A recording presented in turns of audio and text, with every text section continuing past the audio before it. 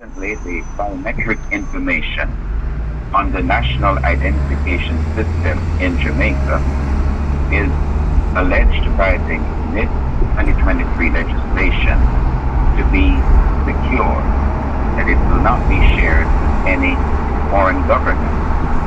But if this biometric information My people, were to be taken over what by is the going one on? world government of This is where the book of world is at right Revelation, now.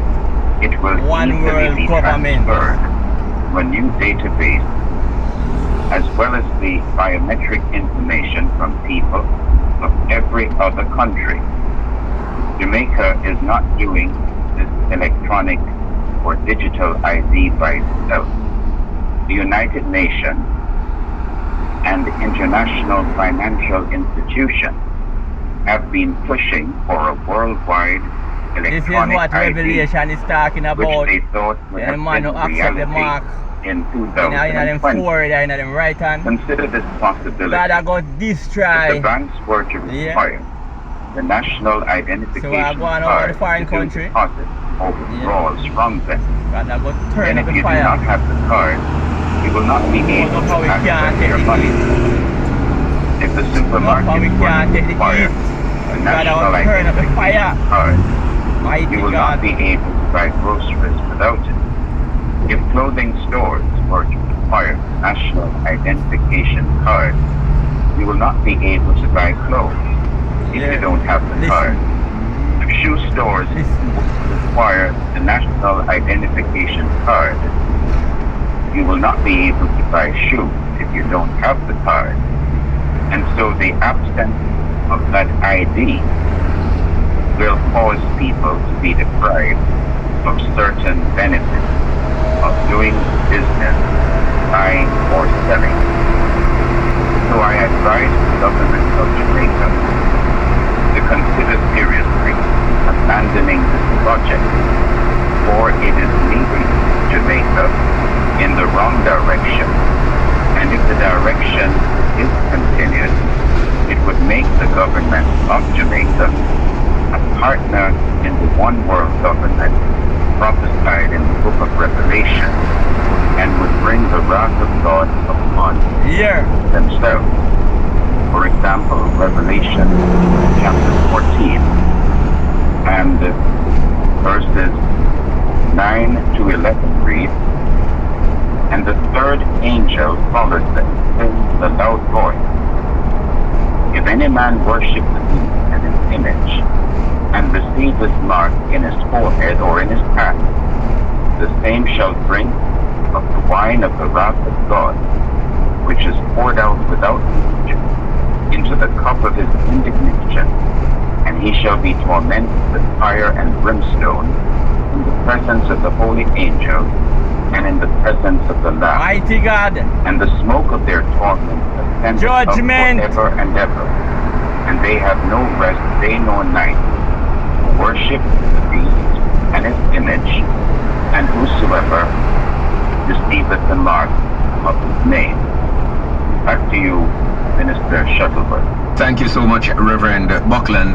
Man of God, do you have any suggestions to the citizens who are listening as to how could they help the authorities to understand that there are these concerns that we have and they are legitimate concerns and that they should reconsider, or else amend, which I have been saying, still amend it in such a way that it is not as invasive, among other things?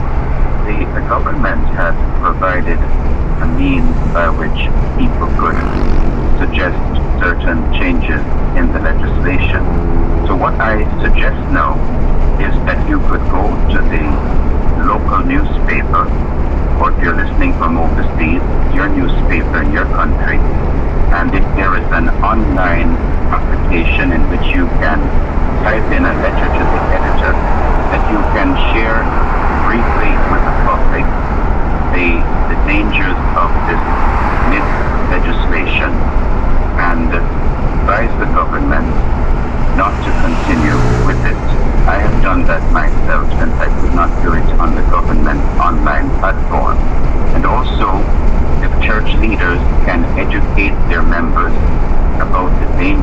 of NID and encourage their members to call into the different radio talk programs so that they can know, the public can know, and the government who is listening may know how concerned a lot of Jamaicans are about the NID legislation in its present form.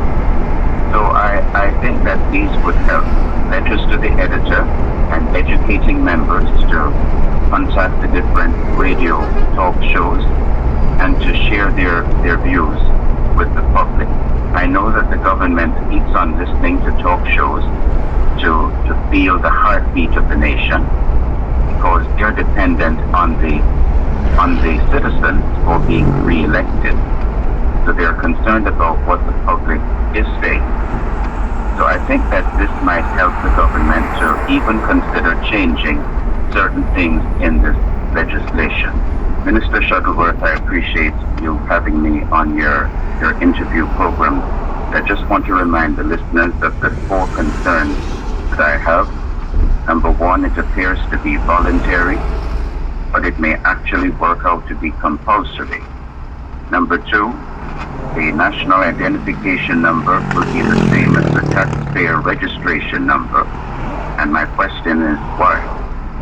Number 3, the government will have the ability to shut down the national identification card for unspecified reasons, but it be used by a later government that is against Christian teaching and practice to shut down the ability of Christians to buy and sell.